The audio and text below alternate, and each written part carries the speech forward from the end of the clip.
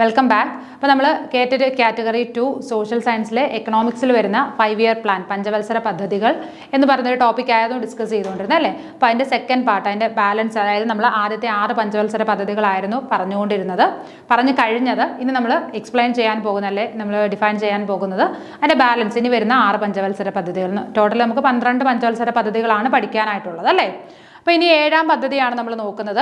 7ാം പഞ്ചവത്സര പദ്ധതി എന്ന് പറയുന്നത് 1985 മുതൽ 90 വരെയുള്ള സമയത്താണ് 7ാം പഞ്ചവത്സര പദ്ധതിയുടെ കാലയളവ് എന്ന് പറയുന്നത്. 1985 മുതൽ 90 വരെയുള്ള സമയമാണ്. തൊഴിലവസരങ്ങൾ വർദ്ധിപ്പിക്കൽ, ഭക്ഷ്യധാന്യ ഉൽപാദന വർധന, ആധുനികവൽക്കരണം, സ്വയം പര്യാപ്തത, സാമൂഹ്യ നീതി തുടങ്ങിയവയ്ക്ക് പ്രാധാന്യം നൽകിക്കൊണ്ടുള്ള പദ്ധതിയാണ് 7ാം പഞ്ചവത്സര പദ്ധതി. അപ്പോൾ 7ാം പഞ്ചവത്സര പദ്ധതിയുടെ ലക്ഷ്യങ്ങളാണ് നമ്മൾ നോക്കുന്നത്. എന്തൊക്കെയാണ്? തൊഴിലവസരങ്ങൾ വർദ്ധിപ്പിക്കൽ, ആൾക്കാർക്ക് തൊഴിലവസരങ്ങൾ കൂടുതൽ കൊടുക്കുക. ഭക്ഷ്യധാന്യ ഉൽപാദന വർധനവ്, ഭക്ഷ്യധാന്യങ്ങൾ ഉൽപ്പാദിപ്പിക്കുന്ന അതിൽ വർധനവ് വേണം. ആധുനികവൽക്കരണം അല്ലേ, ആധുനികവൽക്കരണം, സ്വയം പര്യാപ്തത, സാമൂഹ്യ നീതി തുടങ്ങിയവയ്ക്ക് പ്രാധാന്യം നൽകിക്കൊണ്ടുള്ള പദ്ധതിയാണ് 7ാം പദ്ധതി. അപ്പോൾ എന്തൊക്കെ കാര്യങ്ങളാണ് ലക്ഷ്യം വെക്കുന്നത്?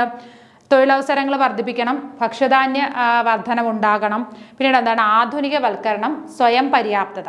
ഈ പറയുന്ന 4 കാര്യങ്ങളിലും പുരോഗതി വേണം എന്ന ഒരു ലക്ഷ്യം വെച്ചുകൊണ്ടുള്ള പദ്ധതിയാണ് 7ാം പദ്ധതി. 85 മുതൽ 90 വരെയുള്ള സമയത്താണ് 7ാം പദ്ധതി നിലവിൽ വന്നത്. ഇന്ത്യക്ക് വാർത്താവിനിമയ ഗതാഗത മേഖലകളിൽ വൻ പുരോഗതി കൈവരിക്കാൻ സാധിച്ചു. അപ്പോൾ 7ാം പദ്ധതി സമയത്ത് ഇന്ത്യക്ക് എന്ത് സംഭവിച്ചു? വാർത്താവിനിമയ ഗതാഗത മേഖലകളിൽ, വാർത്താവിനിമയ മേഖലയിലും അതേപോലെ തന്നെ ഗതാഗത മേഖലയിലും വൻ പുരോഗതി കൈവരിക്കാനായിട്ട് സാധിച്ചു. ഈ ഒരു പദ്ധതി കാലഘട്ടത്തിൽ, ഈ ഒരു പദ്ധതി സമയത്താണ് ഇന്ത്യക്ക് വാർത്താവിനിമയ മേഖലയിലും അതേപോലെ തന്നെ ഗതാഗത മേഖലയിലും എന്താണ് കുറച്ചുകൂടി ഒരു പുരോഗതി, വൻ രീതിയിലുള്ളൊരു നല്ല രീതിയിലുള്ള ഒരു പുരോഗതി കൈവരിക്കാനായിട്ട് സാധിച്ചത്. വാർത്താവിനിമയ രംഗത്തെ പുരോഗതിക്ക് നേതൃത്വം കൊടുത്തത് പ്രധാനമന്ത്രി രാജീവ് ഗാന്ധിയുടെ സാങ്കേതിക ഉപദേഷ്ടാവ് സാം പിത്രോഡയാണ്. അപ്പോൾ വാർത്താവിനിമയ മേഖലയിൽ, ആ മേഖലയിലെ പുരോഗതി കൈവരിക്കാനായിട്ട് സഹായിച്ചത് ആരാണ്? അന്നത്തെ പ്രധാനമന്ത്രിയായിരുന്ന രാജീവ് ഗാന്ധിയുടെ ഉപദേഷ്ടാവ് അല്ലെ, രാജീവ് ഗാന്ധിയുടെ സാങ്കേതിക ഉപദേഷ്ടാവായ സാം പിത്രോഡയാണ്. അദ്ദേഹത്തിന്റെ പേരിന് വളരെയധികം ഇമ്പോർട്ടൻസ് ഉണ്ട്, അതുകൊണ്ടാണ് അത് എടുത്തു പറഞ്ഞത്. അപ്പോൾ വാർത്താവിനിമയ മേഖലയിൽ പുരോഗതി കൈവരിക്കാൻ സഹായിച്ചത് അന്നത്തെ പ്രധാനമന്ത്രിയായിരുന്ന രാജീവ് ഗാന്ധിയുടെ സാങ്കേതിക ഉപദേഷ്ടാവായിരുന്ന സാം പിത്രോഡയാണ്. ഇനി ഈ പദ്ധതി 6.1% വാർഷിക വളർച്ച നേടി. അപ്പോൾ ഈ പദ്ധതിയുടെ വളർച്ച എന്ന് പറയുന്നത് 6.1% ആണ്. കേന്ദ്രത്തിലെ രാഷ്ട്രീയ അനിശ്ചിതത്വം കാരണം 1990 മുതൽ 92 വരെ കാർഷിക പദ്ധതികൾ ആയിരുന്നു. അപ്പോൾ എന്താണ്? 85 മുതൽ 90 വരെ ആയിരുന്നു ഈ ഒരു പദ്ധതി നമ്മൾ പറഞ്ഞിരുന്നു അല്ലേ. അപ്പം കേരളത്തിലെ രാഷ്ട്രീയ അനിശ്ചിതത്വം കാരണം എന്താണ്? 90 മുതൽ 92 വരെ എന്താണ്? കാർഷിക പദ്ധതികൾ മാത്രമേ ഉണ്ടായിരുന്നുള്ളൂ. അപ്പോൾ ഒന്നുകൂടി പറയാം, എന്തെല്ലാം കാര്യങ്ങളാണ് 7ാം പദ്ധതിയിൽ നമ്മൾ പറഞ്ഞത്? 7ാം പദ്ധതി എന്ന് പറയുന്നത് 85 മുതൽ 90 വരെയുള്ള കാലയളവിലായിരുന്നു. അതിൻ്റെ പ്രധാനപ്പെട്ട ലക്ഷ്യം എന്ന് പറയുന്നത് തൊഴിലവസരങ്ങൾ വർദ്ധിപ്പിക്കുക, ഭക്ഷ്യധാന്യ വർധനവ്, പിന്നീട് എന്താണ്? സ്വയം പര്യാപ്തത, ആധുനികവൽക്കരണം. ഈ 4 കാര്യങ്ങൾ, സാമൂഹ്യ നീതി, 5 കാര്യങ്ങളായിരുന്നു എന്തെന്ന് പറയുന്നത് 7ാം പദ്ധതിയുടെ ലക്ഷ്യങ്ങൾ എന്ന് പറയുന്നത്. പിന്നീട് പറഞ്ഞ വാർത്താവിനിമയ ഗതാഗത മേഖലകളിൽ ഈ ഒരു സമയത്ത് ഇന്ത്യ വളരെയധികം പുരോഗതി കൈവരിച്ചു. വാർത്താവിനിമയ മേഖലയിലെ പുരോഗതി കൈവരിക്കാൻ കാരണം ആരായിരുന്നു? അന്നത്തെ പ്രധാനമന്ത്രിയായിരുന്ന രാജീവ് ഗാന്ധിയുടെ സാങ്കേതിക ഉപദേഷ്ടാവായ സാം പിത്രോഡയാണ്. പിന്നീട് ഈ പദ്ധതി 6.1% പുരോഗതി കൈവരിച്ചു. പിന്നെ അത്രയുമാണ് ആ ഒരു പദ്ധതിയുടെ കാര്യം. പിന്നീട് പറയുന്നത് അപ്പോൾ 1985 മുതൽ 90 വരെയുള്ള കാര്യം, അത് നല്ല രീതിയിൽ പുരോഗതി കൈവരിച്ച ഒരു പദ്ധതിയാണ്. പിന്നീട് 91ലും 92ലും 90 മുതൽ 92 വരെ 90, 91, 92 3 വർഷ കാലയളവിൽ എന്താണ്? കാർഷിക പദ്ധതികൾ മാത്രമായിരുന്നു പിന്നീട് നിലനിന്നിരുന്നത്. പിന്നീട് പിന്നെയും ആ ഒരു പഞ്ചവത്സര പദ്ധതിയുടെ സമയം അവിടെ, അല്ലെങ്കിൽ പഞ്ചവത്സര പദ്ധതി നടന്നില്ല. അപ്പോൾ ആ 3 വർഷം പിന്നെയും പോയി. നമ്മൾ നേരത്തെ പറഞ്ഞിരുന്നു 66 മുതൽ 69 വരെ പ്ലാൻ ഹോളിഡേ എന്ന് കഴിഞ്ഞ ക്ലാസ്സിൽ എക്സ്പ്ലെയിൻ ചെയ്തിട്ടുണ്ടായിരുന്നു അല്ലേ. ആ 3 വർഷം പഞ്ചവത്സര പദ്ധതി നടന്നില്ല, പകരം വാർഷിക പദ്ധതികളായിരുന്നു. അതേപോലെ തന്നെ 90, 91, 92 ഈ 3 വർഷം കാർഷിക പദ്ധതികളായിരുന്നു നിലനിന്നിരുന്നത്. അടുത്തത് 8ാം പദ്ധതി. ഇത് വളരെ ഇമ്പോർട്ടൻ്റ് ആണ്, ഓർത്തിരിക്കുക. 92 മുതൽ 97 വരെയുള്ള കാലയളവിലാണ് 8ാം പദ്ധതി നിലവിൽ വന്നത്. 1992 മുതൽ 97 വരെയുള്ള സമയം. 8ാം പഞ്ചവത്സര പദ്ധതിയുടെ അടിസ്ഥാന ലക്ഷ്യം മനുഷ്യ വികസനം, ഹ്യൂമൻ ഡെവലപ്മെന്റ് ആയിരുന്നു. അപ്പൊ 8ാം പദ്ധതിയുടെ അടിസ്ഥാന ലക്ഷ്യം എന്തായിരുന്നു? ഹ്യൂമൻ ഡെവലപ്മെന്റ് അഥവാ മനുഷ്യ വികസനം. പ്രാഥമിക വിദ്യാഭ്യാസം, ശുദ്ധജല വിതരണം, കൂടുതൽ തൊഴിലവസരങ്ങൾ, ജനസംഖ്യാ നിയന്ത്രണം എന്നിവയുടെ വികാസമായിരുന്നു മാനവ വികസന പദ്ധതിയുടെ പ്രധാന ഘട്ടങ്ങൾ. അപ്പൊ നോക്കിക്കേ, എന്തൊക്കെയായിരുന്നു ഇതിന്റെ പ്രധാനപ്പെട്ട ലക്ഷ്യങ്ങൾ എന്ന് പറയുന്നത്?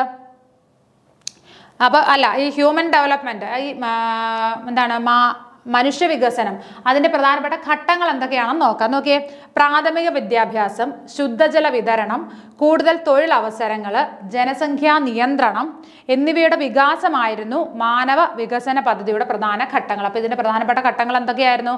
എല്ലാവർക്കും പ്രാഥമിക വിദ്യാഭ്യാസം നൽകണം, ശുദ്ധജലം എല്ലായിടത്തും എത്തിക്കണം, ശുദ്ധജല വിതരണം, കൂടുതൽ തൊഴിലവസരങ്ങൾ സൃഷ്ടിക്കണം, പിന്നീട് എന്താണ്? ജനസംഖ്യാ നിയന്ത്രണം വേണം.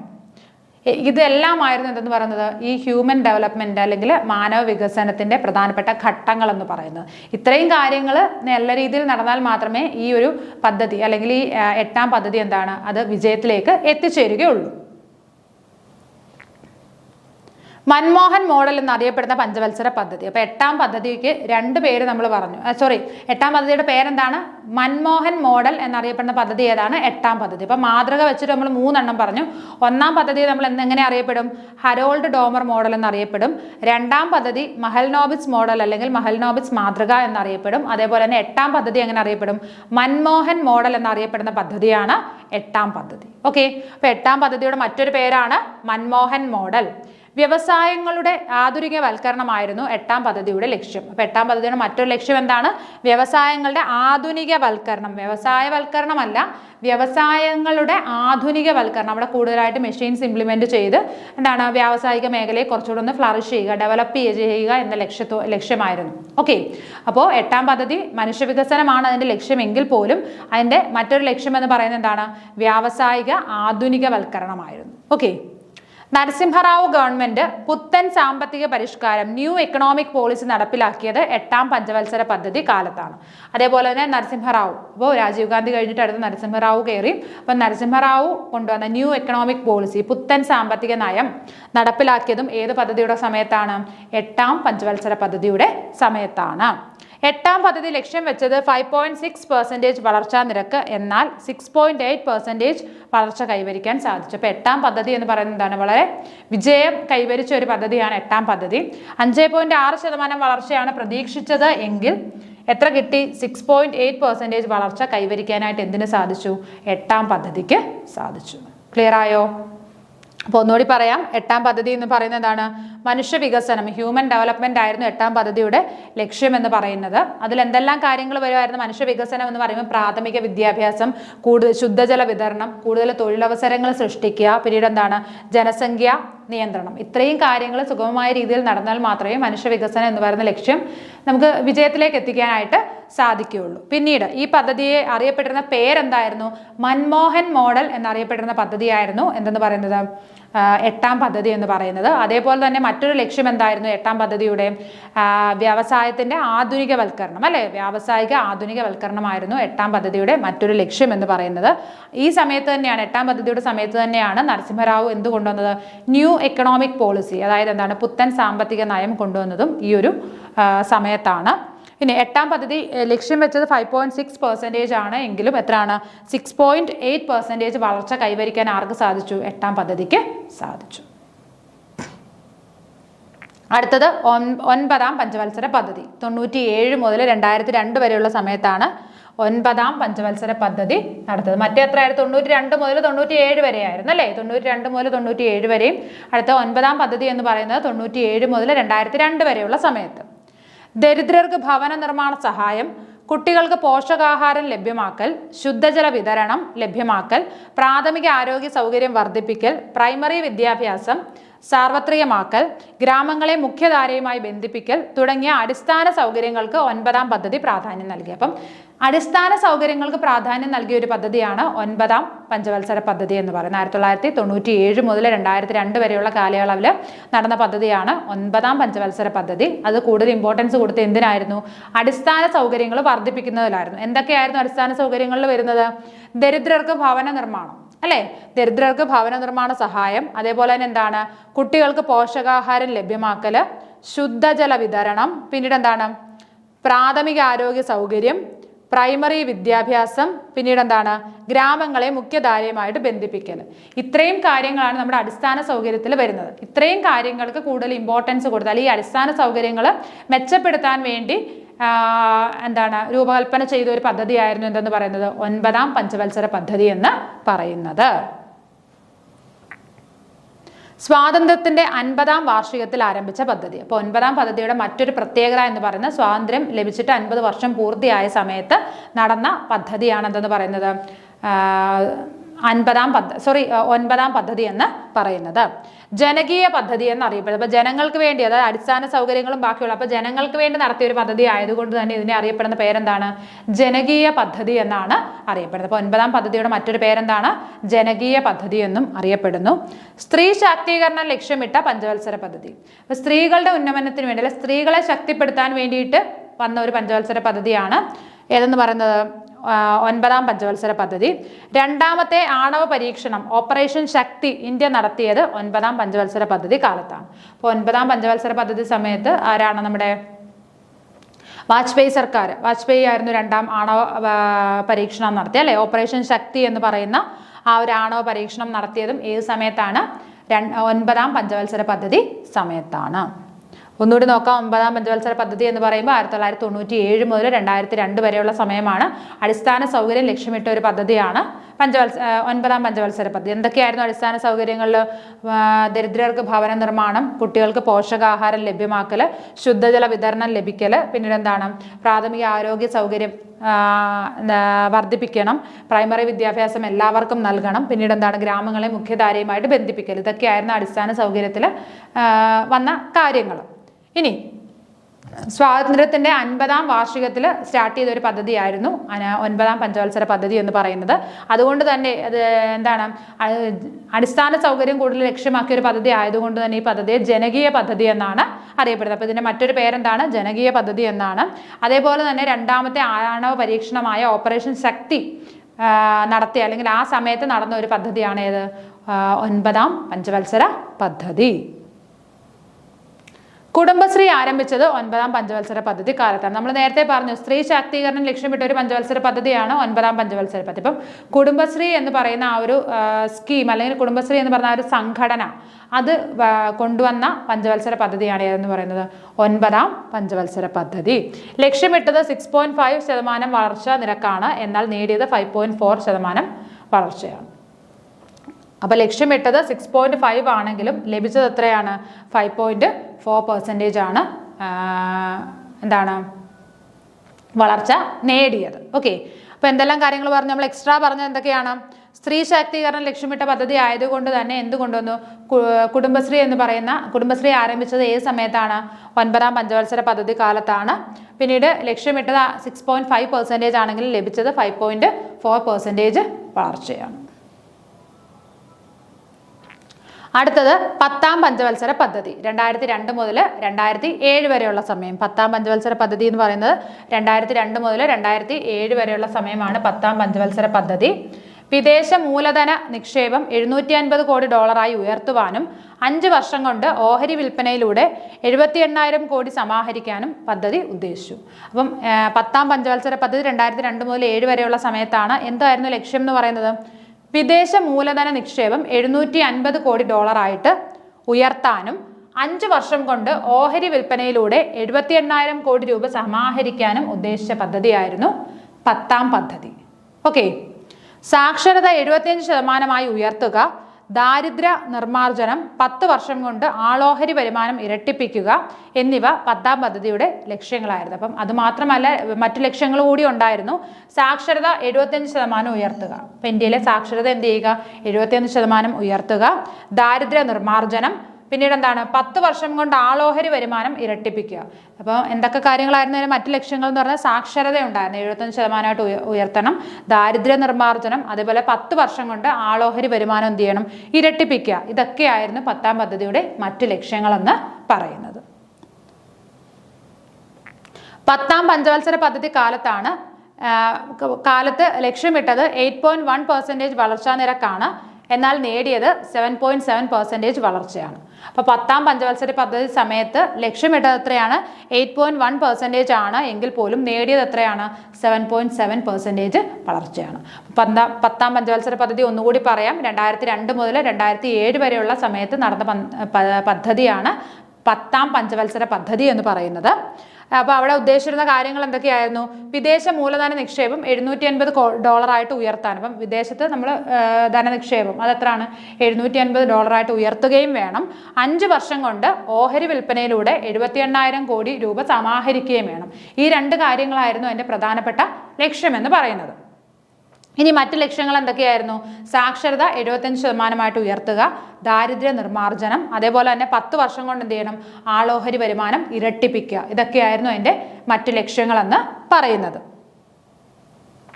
10ാം പഞ്ചവത്സര പദ്ധതി ലക്ഷ്യമിട്ടത് എത്രയാണ്? 8.1% വളർച്ചാ നിരക്കാണ്. എന്നാൽ നേടിയത് 7.7% വളർച്ചയെ നേടിയുള്ളൂ. അടുത്തത് 11ാം പഞ്ചവത്സര പദ്ധതി. 2007 മുതൽ 12 വരെയുള്ള സമയമാണ് 11ാം പഞ്ചവത്സര പദ്ധതി എന്ന് പറയുന്നത്. 11ാം പദ്ധതിയുടെ പ്രഖ്യാപിത ലക്ഷ്യം എല്ലാവരെയും ഉൾക്കൊള്ളിച്ചുകൊണ്ടുള്ള വളർച്ചയാണ്, ഇൻക്ലൂസീവ് ഗ്രോത്ത് ആണ്. അപ്പോൾ 11ാം പദ്ധതിയുടെ ലക്ഷ്യം എന്ന് പറയുന്നത് എന്താണ്? ഇൻക്ലൂസീവ് ഗ്രോത്ത് എന്ന് പറയും. എല്ലാവരെയും ഉൾക്കൊള്ളിച്ചുകൊണ്ടുള്ള, എല്ലാവരെയും ഉൾപ്പെടുത്തിക്കൊണ്ടുള്ള ഒരു വളർച്ചയാണ് 11ാം പദ്ധതിയുടെ ലക്ഷ്യം. എന്നായിരുന്നു അതിൻ്റെ വർഷം എന്ന് പറയുന്നത്? 2007 മുതൽ 12 വരെയുള്ള 5 വർഷമാണ് 11ാം പദ്ധതി നിലനിന്നത്. അപ്പോൾ അതിൻ്റെ പ്രധാനപ്പെട്ട ലക്ഷ്യം എന്ന് പറയുന്നത് ഇൻക്ലൂസീവ് ഗ്രോത്ത്. അതിനകത്ത് എല്ലാവരെയും ഉൾപ്പെടുത്തിക്കൊണ്ടുള്ള ഒരു വളർച്ച, അതാണ് 11ാം പദ്ധതിയുടെ ലക്ഷ്യം എന്ന് പറയുന്നത്. ദാരിദ്ര്യം 10% കുറയ്ക്കുക, 7 കോടി പുതിയ തൊഴിലവസരങ്ങൾ സൃഷ്ടിക്കുക, ജനസംഖ്യാ വളർച്ചാ നിരക്ക് കുറയ്ക്കുക എന്നിവയെല്ലാം ഈ പദ്ധതിയുടെ ഭാഗമാണ്. അപ്പോൾ എല്ലാവരെയും ഉൾക്കൊള്ളിച്ചുകൊണ്ടുള്ള ഒരു വളർച്ചയാണ് ലക്ഷ്യം എന്ന് പറഞ്ഞു. അപ്പോൾ അതിനകത്ത് എന്തെല്ലാം കാര്യങ്ങൾ വരും? ദാരിദ്ര്യം 10% കുറയ്ക്കുക. അപ്പോൾ ദാരിദ്ര്യത്തിൻ്റെ പെർസെൻറ്റേജ് എത്രയാണ്? 10% ആക്കണം. എന്താണ്? 100ൽ 10% മാത്രമേ ഇന്ത്യയിൽ ദാരിദ്ര്യം ഉണ്ടാകാവൂ. ആ രീതിയിലേക്ക് ദാരിദ്ര്യത്തെ കുറച്ചുകൊണ്ട് വരിക. 7 കോടി പുതിയ തൊഴിലവസരങ്ങൾ സൃഷ്ടിക്കുക. 7 കോടി തൊഴിലവസരങ്ങൾ സൃഷ്ടിക്കുക.